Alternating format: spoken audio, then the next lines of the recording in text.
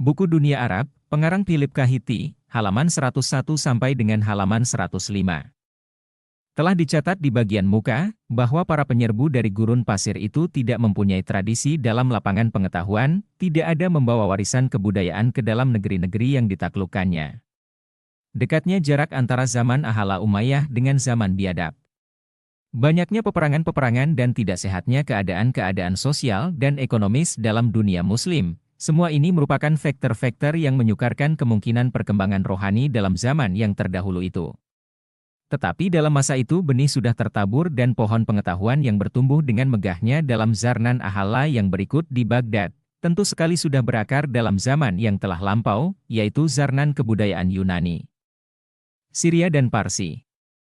Zaman Ahala Umayyah pada umumnya adalah suatu masa inkubasi, masa tunas, setelah bangsa-bangsa Parsi, Syria, Kopti, Berber dan lain-lain berada di bawah Islam dan kawin-mawin dengan orang-orang Arab, maka tembok tinggi, yang pada mulanya dipasang antara Arab dan bukan Arab, dirombaklah sama sekali.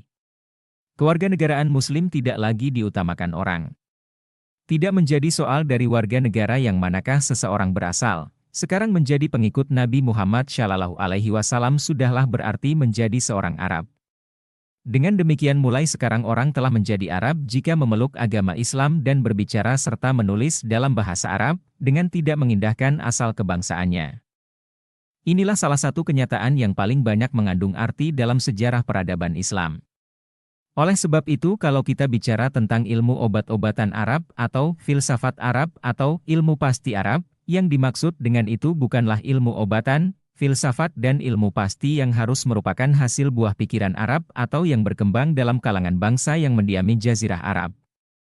Yang dimaksud dengan itu ialah substansi pengetahuan yang tercantum dalam kitab-kitab berbahasa Arab dan ditulis oleh orang-orang yang tertinggi kecerdasannya dalam masa khilafat, orang-orang yang berasal Parsi, Syria, Mesir atau Arab dan yang berasal agama Kristen, Yahudi atau Islam, serta mengutip sebahagian di antara bahan-bahannya dari sumber-sumber Yunani, Arab, Indo-Parsi dan lain-lain. Di negeri Parsi, negeri tapal batas itu, disitulah orang mulai mempelajari bahasa Arab dan para masa.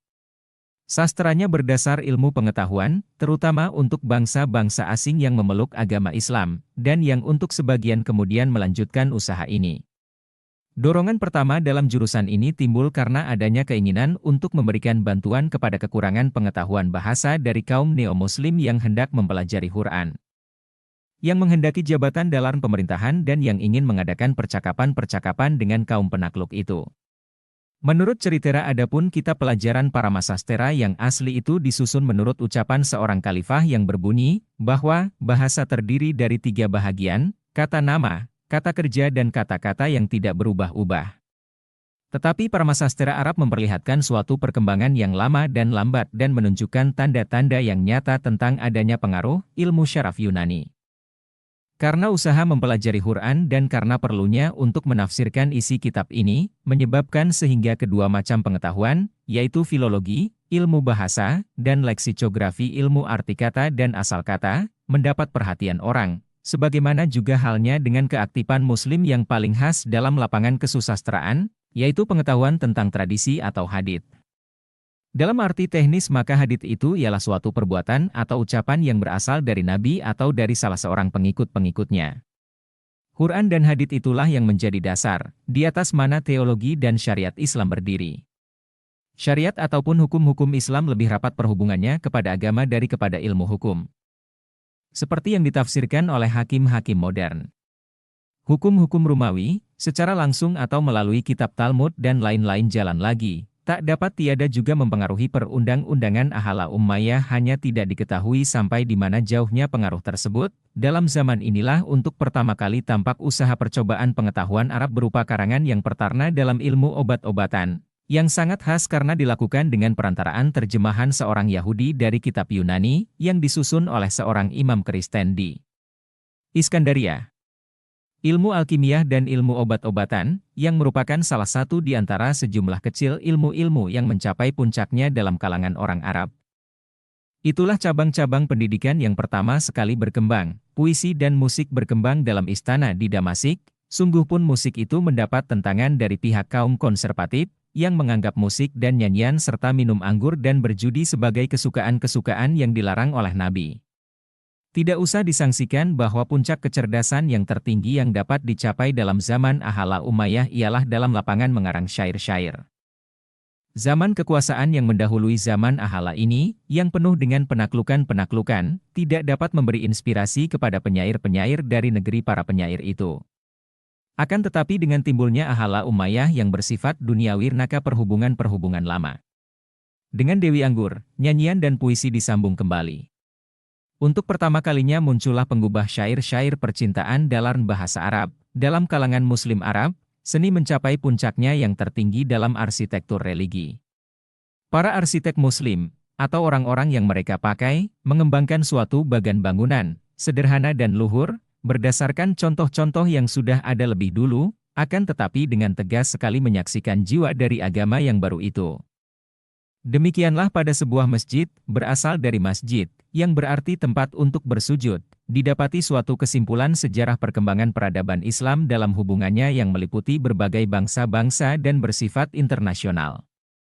Mungkin tidak dapat diberikan contoh lain yang lebih nyata dari masjid untuk menggambarkan kerjasama kebudayaan antara Islam dan negara-negara tetangganya. Masjid Nabi Muhammad SAW di Madinah yang sederhana itu menjadi contoh pertama dari sebuah masjid umum dalam abad Islam yang pertama.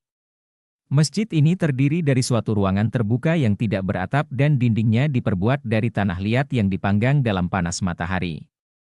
Sebagai perlindungan terhadap panas matahari maka Nabi kemudian memperpanjang atap-atap ceper dari gedung-gedung yang berdampingan untuk menutupi ruangan terbuka tadi. Alat penutup ini terdiri dari batang-batang pohon palem, yang dipergunakan sebagai kuda-kuda untuk menyangga atap yang diperbuat dari tangkai-tangkai daun palem dan lumpur. Mimbar yang dipergunakan oleh Nabi pada mulanya, di mana beliau berdiri jika berbicara terhadap umatnya, ialah sebatang pohon palem yang dicocokkan dalam tanah.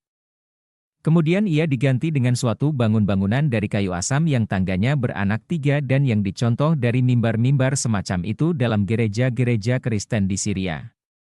Inilah rudiment-rudiment masjid umum, dalam bentuknya yang paling sederhana, suatu ruangan dalam sekedar atap penutup untuk melindungi orang bersembahyang dan sebuah mimbar. Gerakan kemajuan bangsa Arab yang berbentuk kipas itu ke arah Asia Barat dan Afrika Utara membuat mereka menjadi pemilik dari sejumlah konstruksi-konstruksi dan puing-puing yang tidak terkira banyaknya, yang masing-masing menunjukkan perkembangan artistik yang tinggi. Dan yang lebih penting lagi ialah karena mereka bertemu dengan pengetahuan teknik hidup dan pekerjaan tangan yang diwarisi oleh bangsa-bangsa yang takluk itu dari zaman yang sudah-sudah. Teknik ini, yang dipergunakan untuk keperluan agama dalam masyarakat Muslim, dalam peredaran zaman menghasilkan kesenian yang kita kenal sebagai kesenian Saracen, Arab, Islam dan Muslim. Kaum muslimin tidak mau disebut Mohammedan, bahasa Inggris, atau Mohammedanen, bahasa Belanda, karena dengan demikian arti istilah itu ditarik sejajar dengan istilah Kristen yang dipergunakan bagi pemuja-pemuja Kristus. Sedang kaum muslimin bukanlah pemuja Nabi Muhammad SAW. Karena berasosiasi dengan kitab Injil dan karena menjadi tempat perhentian tatkala Miraj Nabi, maka sejak dahulu kota Yerusalem itu sudah dihormati oleh kaum muslimin sebagai kota suci. Gereja Bukit Batu, Dome of the Rock, yang didirikan dalam tahun 691 di atas suatu tempat yang suci bagi orang Yahudi, Pelbegu, Kristen dan Muslimin, dan yang menurut tradisi juga merupakan tempat di mana Ibrahim hendak memberikan putranya Ishak sebagai kurban, menunjukkan suatu perubahan yang radikal dari contoh yang tua dengan jalan pemakaian mosaik-mosaik dan contoh penghias yang lain. Gereja Bukit Batu itu didirikan dengan maksud untuk mengatasi kecantikan kubah dari gereja makam suci. Hasilnya ialah suatu monumen arsitektonis yang mempunyai keluhuran keindahan yang sedemikian rupa. Sehingga hampir-hampir tidak ada bandingannya di mana saja pun, masjid besar dalam kota Damasik menunjukkan lebih nyata lagi bagaimana sivilisasi Arab itu berkembang. Dalam tahun 705 Khalifah Ed-Walid mengambil lapangan di mana gereja tua yang dipergunakan bagi kehormatan Santa Yohanes berdiri dan asal mulanya adalah sebuah candi Jupiter. Di atas tempat itulah didirikannya sebuah masjid yang kemudian dinamai Masjid Umayyah. Sampai di mana sisa-sisa konstruksi Kristen yang didapati dalam masjid yang dibangun oleh Al-Walid itu sukar sekali ditentukan. Kedua menara sebelah selatan dari masjid itu berdiri di atas bekas menara gereja dahulu, akan tetapi menara sebelah utara, yang dipergunakan sebagai menara lampu, pasti adalah yang dibangun oleh Al-Walid dan yang menjadi contoh untuk konstruksi-konstruksi serupa itu di Syria, Afrika Utara dan Spanyol. Menara inilah menara Muslim asli yang sampai kini masih ada. Khalifah Al-Walid mempergunakan tukang-tukang dari Parsi dan India serta seniman-seniman Yunani yang diberikan oleh Kaisar Bizantium. Tulisan-tulisan di atas papirus yang belum berapa lama berselang diketemukan orang, menunjukkan bahwa bahan dan buruh terlatih didatangkan dari Mesir. Dari uraian di atas serta dari uraian yang berikut nyatalah dengan tegas, bahwa orang Arab itu, setelah memberi pelajaran kepada dunia tentang siasat peperangan, rela juga untuk mempelajari kesenian-kesenian dalam zarnan damai dan bahwa ia juga sanggup untuk mencapai kemenangan dalam lapangan ini.